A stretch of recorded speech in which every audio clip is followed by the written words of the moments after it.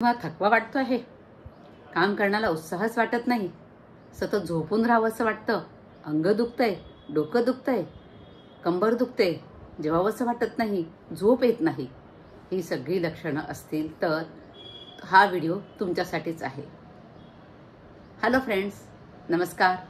Healthy life या YouTube चॅनलवर आपणा सर्वांचं खूप खूप स्वागत.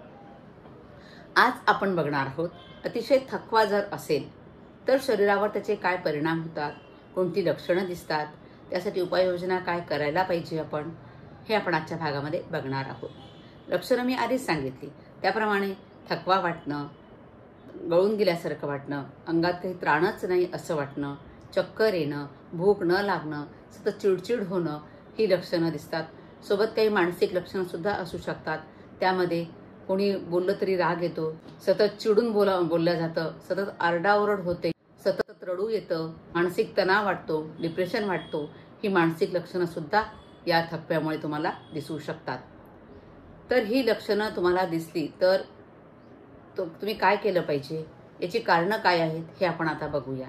कारणांचा विचार करताना महिलांमध्ये विशेषतः अति शारीरिक कष्ट हे कारण सांगता येतं.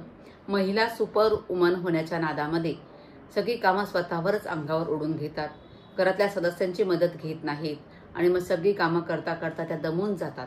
त्यामुळे त्यांचं जेवणसुद्धा व्यवस्थित होत नाही, वेळेवर जेवत नाहीत, वेळच्या वेळी जेवत नाहीत, जेवणाच्या वेळा चुकतात आणि संतुलित आहार महिला घेत नाहीत. आणि महिला स्वतःच्या आरोग्याकडे खूप दुर्लक्ष करतात. त्या कुटुंबाचं सगळं करतील पण स्वतःच्या आरोग्याकडे मात्र त्या दुर्लक्ष करतात. आपल्या खाण्याकडे लक्ष देत नाहीत, उपवास जास्त करतात. तर यामुळे सुद्धा महिलांचा थकवा हा वाढत असतो. शिवाय अपुरी झोप, दुपारी व्यवस्थित आराम करत नाहीत, रात्री 6 ते 7 तास झोप त्यांची होत नाही, घरातील सदस्य घरी येण्याची वाट पाहत रात्री 11 वाजता त्या जेवतात. बऱ्याच ठिकाणी हा प्रॉब्लेम असतो. त्यामुळे त्यांचा थकवा त्यामुळे सुद्धा वाढू शकतो. आणि काही मानसिक आजार असतील त्यामुळे सुद्धा थकवा येतो. शिवाय थायरॉईडसारखे आजार, हृदयविकार, किडनीचे आजार आणि ब्लड प्रेशरचा काही आजार असेल किंवा डायबिटीज असेल, या कारणामुळे सुद्धा थकवा येऊ शकतो. शिवाय ती स्त्री जर गर्भवती असेल तिला सुद्धा थकवा येऊ शकतो. ही थकव्याची कारणं आहेत. पण मला थकवा येतो हे काय नेहमीच असतं, यासाठी काय उपचार घ्यायचे असं न करता यावर उपचार तुम्ही घेतलेच पाहिजेत. 2 दिवस आराम करून जर तुम्हाला थकवा तुमचा दूर होत नसेल तर वेळीच तुम्ही डॉक्टरांकडे गेलं पाहिजे. डॉक्टर तुमच्या काही ब्लड टेस्ट करतील, त्यामध्ये व्हिटॅमिन डीची कमतरता आहे का, कॅल्शियमची कमतरता आहे का, B12ची कमतरता आहे का, आयर्नची कमतरता आहे का, किंवा इतर काही आजार आहे का, तुम्हाला शुगर डायबिटीस आहे का, तुमचं ब्लड प्रेशर वाढलेलं आहे का, हे सगळं डॉक्टर बघतात आणि त्यानुसार तुमची ट्रीटमेंट होते. जर काही आजार असेल तर ट्रीटमेंट केल्याबरोबर तुमचे त्रास कमी व्हायला लागतात, तो थकवा दूर होऊ शकतो. आता ॲनिमिया असेल तर ॲनिमियासाठी तुम्हाला ट्रीटमेंट घ्यावी लागेल. आहारामध्ये काही उपाययोजना कराव्या लागतील. त्यासाठी तुम्ही खारीक खाऊ शकता, खजूर खाऊ शकता, अंजीर खाऊ शकता. शिवाय त्यानंतर तुम्ही गाजर, बीट हे घेऊ शकता. आणि लोखंडाच्या भांड्यामध्ये जर तुम्ही भाज्या बनवण्याचा प्रयत्न केला तर त्यामधून सुद्धा चांगलं आयर्न मिळतं. तर ह्या गोष्टी तुम्ही घरगुती ह्या ज्या गोष्टी आहेत त्या तुम्ही करून बघायला पाहिजे.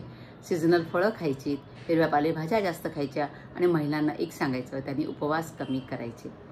वेळच्या वेळी जेव्हा संतुलित आहार घ्या, चौरस आहार घ्या, षटरसात्मक आहार घ्या. असं सगळं जर केलं तर तुमचा थकवा दूर होण्यास मदत होणार आहे. आणि महिलांना शिळं खाऊ नका. बऱ्याच महिलांना सवय असते की शिळी भाजी वाया जाऊ द्यायची नाही, शिळी पोळी वाया जाऊ द्यायची नाही. उरलेली रात्रीची पोळी असेल तरी त्या सकाळी खातात. पण तसं न करता पुरुषांप्रमाणे तुम्ही सुद्धा सकस आहार घ्या. तुम्ही मुलांना शिळं देत नाही, आपल्या पतीला शिळं देत नाही, मग तुम्ही का शिळं खाता? तर तुम्ही सुद्धा शिळं खाऊ नका आणि तुमचं आरोग्य चांगलं ठेवा. त्यानंतर स्वतःला थकवा येतो आहे हे तुम्ही मान्य करा. हा होतच असतो असं समजू नका. वेळीच डॉक्टरांकडे जा. त्यानंतर घरातली कामं वेळच्या वेळी करा आणि ती वाटून घ्या. घरातल्या सदस्यांची त्यासाठी मदत घ्या आणि सगळ्यांनी मिळून जर कामं केली तर ती कामं चांगली होतात, लवकर होतात आणि वेळेवर सुद्धा होतात. आणि महिलांनो, स्वतःसाठी एक्झरसाईज करण्याची सवय लावून घ्या. पण बऱ्याच महिलांचं म्हणणं असतं की आम्ही घरातली कामं करतो, आम्हाला वेगळ्या व्यायामाची गरज नाही. पण महिलांनो, एक्झरसाईज आणि एक्झर्शन यामधला फरक समजून घ्या. तुमचं जेव्हा एक्झर्शन होतं, तुमची रोजची जी कामं असतात त्यावेळी तेच स्नायू वापरले जातात.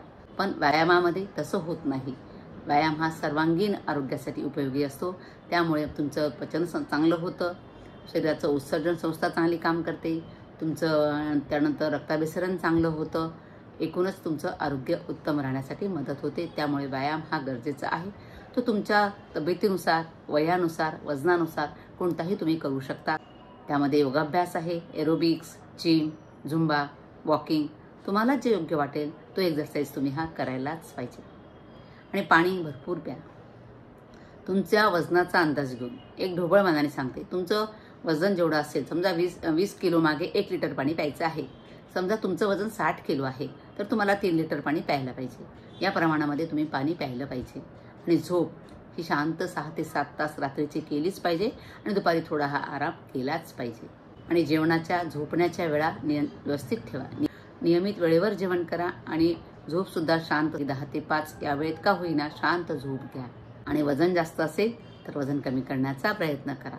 वजन कसं कमी करायचं यावर माझा व्हिडिओ आहे, त्याची लिंक मी तुम्हाला डिस्क्रिप्शन बॉक्समध्ये देत आहे.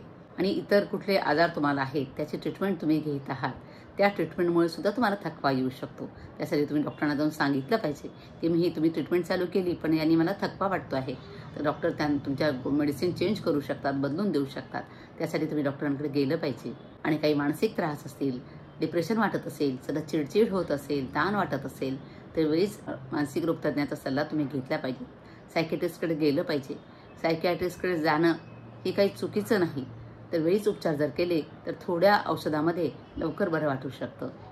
आणि नियमित योगासनं करा, ध्यान करा, प्राणायाम करा, शवासन आणि योगनिद्रा जर केली तर तुमचे थकवा तुमचा दूर होण्यास मदत होते. आयुर्वेदानुसार जर तुम्ही शिरोधारा केली, अभ्यंग केलं किंवा मसाज केली तरीसुद्धा तुमचा थकवा कमी होण्यासाठी मदत होऊ शकते. तर एवढ्या सगळ्या गोष्टी तुम्ही लक्षात घ्या, करून बघा. नियमित योगाभ्यास करा, मेडिटेशन करा, प्राणायाम करा. बघा तुमचा थकवा पुढच्या कुठे पळून जाईल. पण काही आजार असतील तर डॉक्टरांकडे जायला कंटाळा करू नका. धन्यवाद. माझा हा व्हिडिओ आपल्याला आवडला असेल तर जरूर लाईक करा, शेअर करा, कमेंट करा आणि माझं चॅनल सबस्क्राईब करायला विसरू नका. धन्यवाद.